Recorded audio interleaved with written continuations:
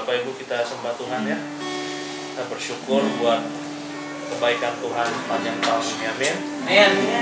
Bukan tahun yang mudah, tapi kita bersyukur buat semua yang baik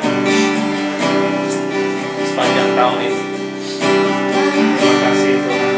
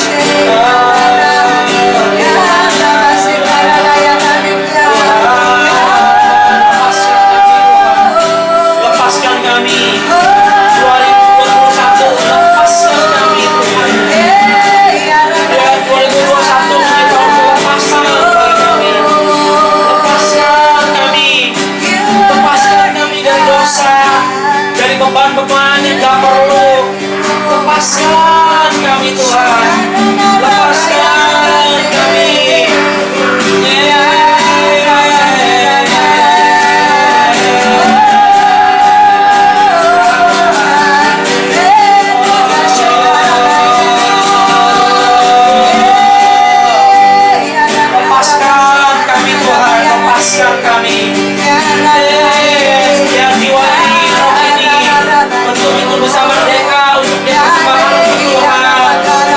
Kami hidup tanpa terikat akan apapun juga, sehingga hidup ini betul-betul bisa menjadi hidup yang berkenan.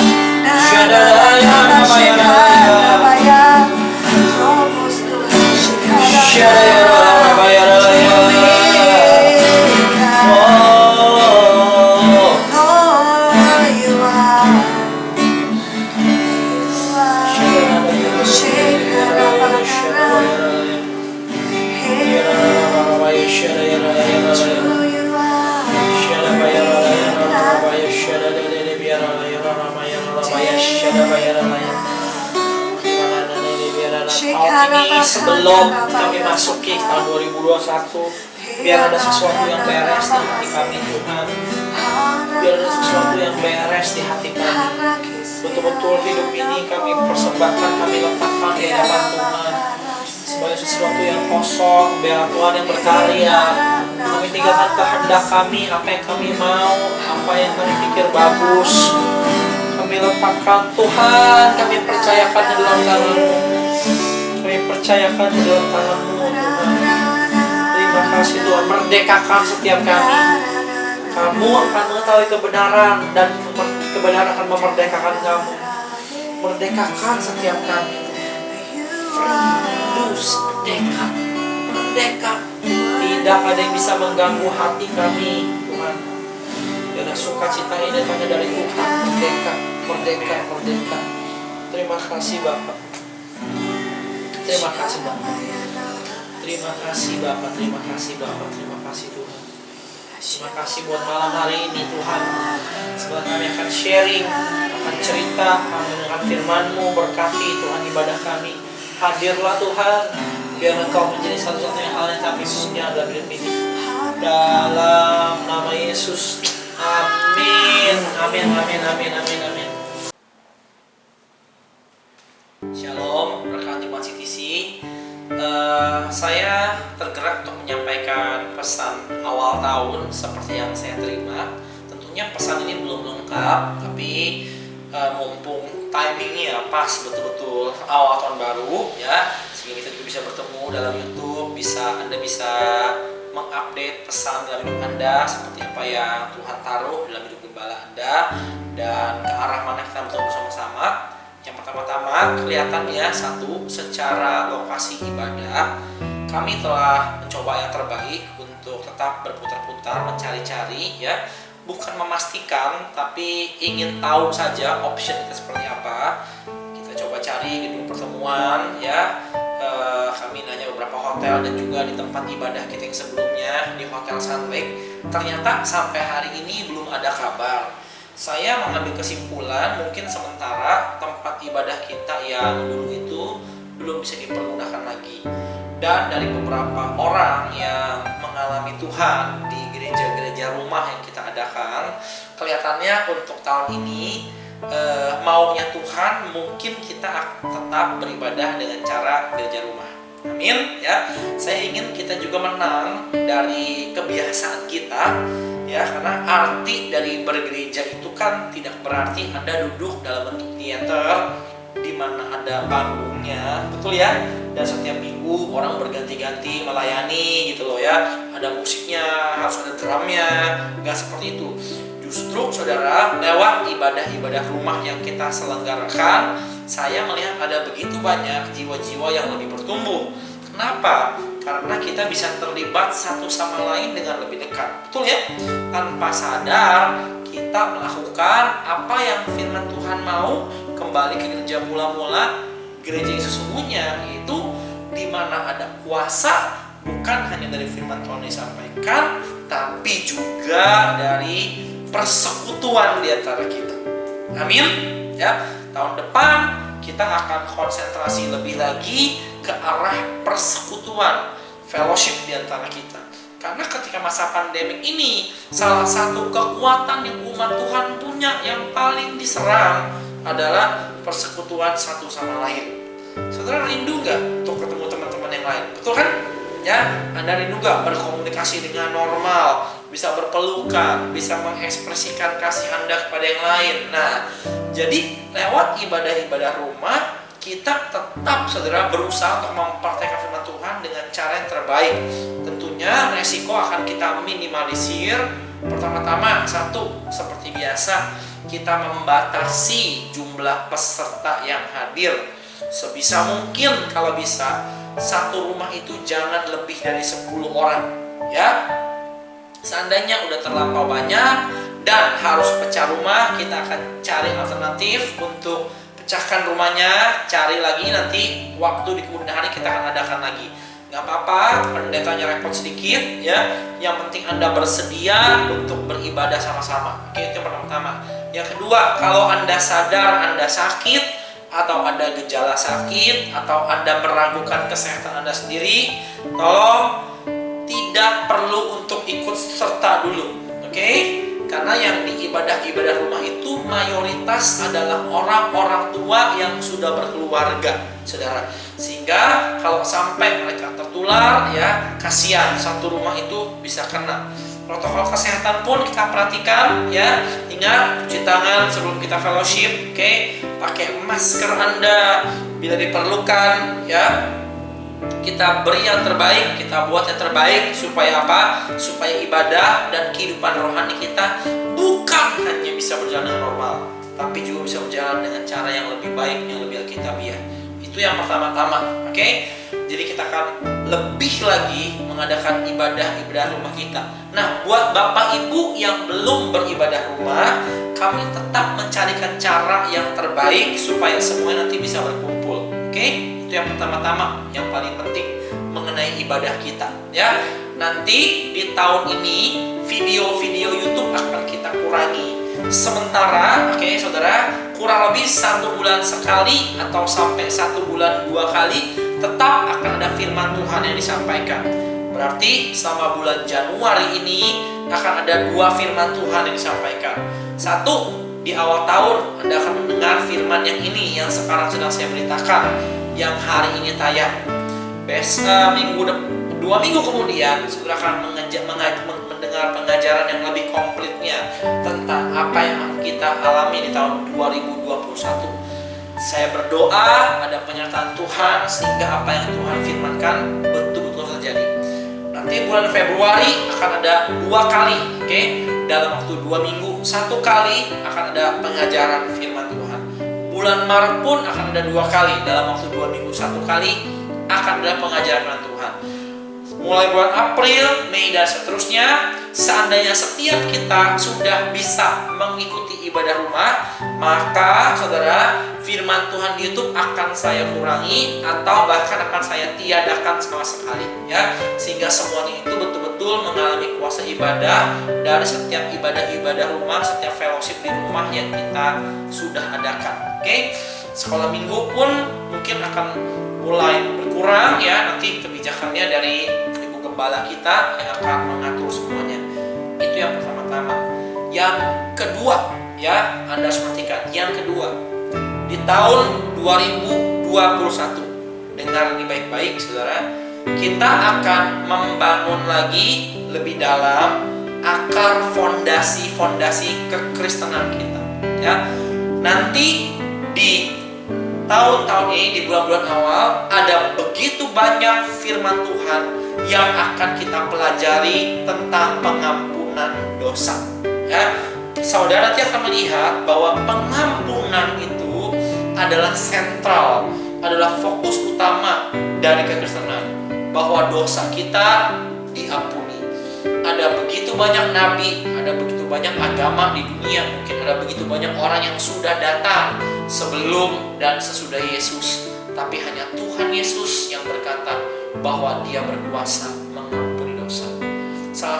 Bukan salah satu, tapi bagian yang paling penting dari pengiringan Anda ikut Tuhan adalah fakta bahwa kematian Yesus di kayu salib mengampuni dan menebus dosa kita yang percaya kepadanya. Amin. Saudara harus yakin di tahun ini bahwa dosa Anda diampuni. Saya tidak mau sama sekali di jemaat ada yang takut mati. Oke? Ya. Kematian itu bukan sesuatu yang perlu ditakuti. Kalau saudara yang menyaksikan firman Tuhan ini sadar bahwa Anda masih takut mati, saya bisa pastikan Anda tidak terlalu yakin kalau dosa Anda sudah diampuni. Firman Tuhan berkata, ketakutan itu mengandung hukuman. Betul ya? Setiap kali ada bentuk ketakutan dalam diri kita, sebetulnya tanpa sadar kita terhukum di sisi itu, saudara. Dan barang siapa takut, ia tidak sempurna dalam kasih. Ingat, kasih Kristus sempurna mengasihi kita lewat cara apa Ia tunjukkan ketika Ia mati di kayu salib, mengampuni dosa-dosa kita. Anda dan saya adalah orang yang diampuni dosanya, tidak lebih dan tidak kurang. Itulah yang Kristus buat yang terbesar dalam hidup kita.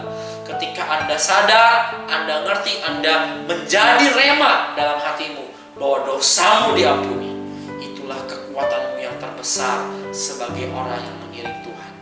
Jadi kita akan bangun fondasi dasar kita. Pertama-tama apa saudara? Ingat ya, dosa kita sudah diampuni. Akan ada begitu banyak pengajaran di awal-awal bahwa Tuhan telah mengampuni dosa kita. Kita ditebus, kita dikasih sempurna. Saya berdoa semua ngerti. Dan dalam nama Yesus, Anda menjadi pribadi yang tidak lagi takut akan kematian. Oke? Satu-satunya hal ya yang bisa kita siapkan adalah apa saudara? Mempersiapkan kematian kita. Amin? Gak perlu takut. Paulus berkata, kalau mati adalah keuntungan. Betul ya? Tuhan buat hal yang luar biasa. Bahkan yang paling ditakuti oleh orang di dunia, yaitu kematian, aja Tuhan ubah menjadi keuntungan bagi kita. Amin. Jadi Anda dan saya adalah orang-orang yang diampuni dosanya. Itu yang pertama-tama. Yang kedua, kita akan belajar lebih lagi dunia seperti apa dan bagaimana kita harus menang dari dunia. Kemarin malam, malam tahun baru, ketika kami sama-sama berdoa, ada satu hal yang Tuhan nyatakan dengan jelas di hati saya, ya. Sementara baru ini, nanti kalau ada lagi saya akan sampaikan untuk rekan-rekan jemaat. Yaitu apa? 2021 dengan saudara akan menjadi tahun kemerdekaan bagi kita. Oke? Ini tahun dimana anak-anak Tuhan, saya berdoa jemaat di sisi semuanya dimerdekakan. Tahun deliverance, tahun kelepasan. Amin. Anda sadar atau tidak sadar, ada begitu banyak hal yang mengikat hidup kita sebetulnya saudara. Ada begitu banyak hal yang terlalu kita cintai yang seringkali itu menghalangi kita untuk maksimal selama kita hidup ini. Tuhan itu punya panggilan dalam hidup kita. Dan karena begitu banyak ikatan dalam hidup kita, seringkali kita gak bisa betul-betul lepas melakukan apa yang Dia mau. Sayang saudara, sayang sekali. Sebetulnya kita dipanggil untuk menggenapi setiap jatah kita, setiap garis finish yang Dia sudah gariskan bagi kita. Kalau tahun ini kita mengalami kemerdekaan dari Tuhan, kita mengalami kemenangan dari Tuhan, bayangkan Yesus Kristus akan bisa bekerja dengan maksimal dalam diri Anda. Ia betul-betul akan hidup dalam diri Anda. Dan yang lebih penting lagi, saudara akan mengalami kemerdekaan. Ya, orang yang terikat enak nggak? Nggak enak, saudara. Anda terikat tuh nggak enak. Terikat dengan ketakutan, dengan kekhawatiran, dengan perasaan tidak mau mengampuni, kebencian, kepahitan, itu nggak pernah enak. Ya, kalau Anda dimerdekakan, itu luar biasa. Oke, sementara dua hal ini kita akan fokus di awal-awal, yaitu dosa Anda diampuni. Oke, Anda hidup dalam pengampunan Tuhan yang sempurna. Saudara dikasihi, saudara diterima, saudara gak perlu takut akan kematian.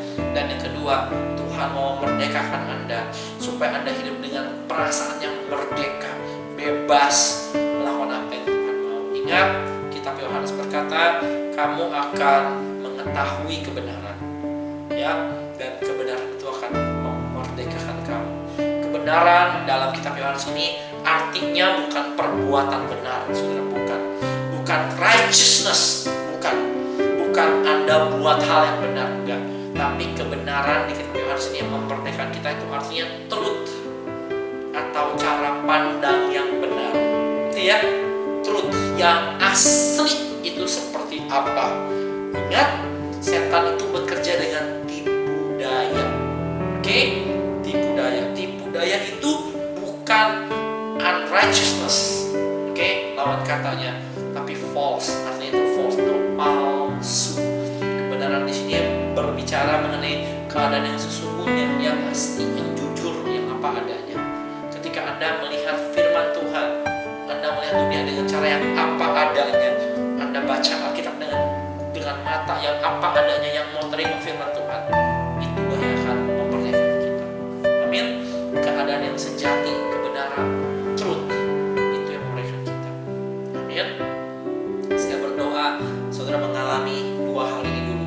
Satu, dosa diampuni sempurna, korban Kristus sempurna di kayu salib. Dan yang kedua, Anda mengenal apa itu truth, kebenaran, bukan perbuatan benar, saudara. Bukan Anda lebih benar dari orang lain, tapi Anda memandang dengan cara yang asli, yang sesungguhnya. Ketika Yesus datang ke dunia, Ia berbicara firman yang asli, yang sesungguhnya, yang apa adanya, seperti yang ada dalam hati Bapa di surga. Amin. Kita akan konsentrasikan dengan dua hal ini. Ya, saya mau berdoa. Mari Anda yang di rumah tutup mata Anda. Kita buka tahun ini bersama-sama sebagai jemaat Tuhan, saudara. Di dalam nama Tuhan Yesus, Anda angkat tangannya yang di rumah dan juga yang hadir di tempat ini. Hamba berdoa di dalam nama Yesus. Kami buka tahun ini Tuhan bersama-sama. Kami gak minta tahun ini baik, kami gak minta tahun ini buruk. Kami minta tahun ini ada kemajuan dalam diri kami secara rohani. Buat kami kenal truth, buat kami kenal kebenaran, sehingga kami dimerdekakan. Tidak bisa ada lagi ikatan bagi yang manusia buat atau institusi agamawi buat yang bisa mengikat dan membuat kami gak mengenal Tuhan. Terima kasih Bapa, lepaskan kami, merdekakan kami dari dosa, dari kesalahan berpikir, dari ketakutan, dari kepahitan, ketidakpengampunan kami. Merdekakan kami dari semua hubungan yang kaku, hubungan yang gak transparan. Merdekakan kami Tuhan. Terima kasih Bapa, di dalam nama Yesus kami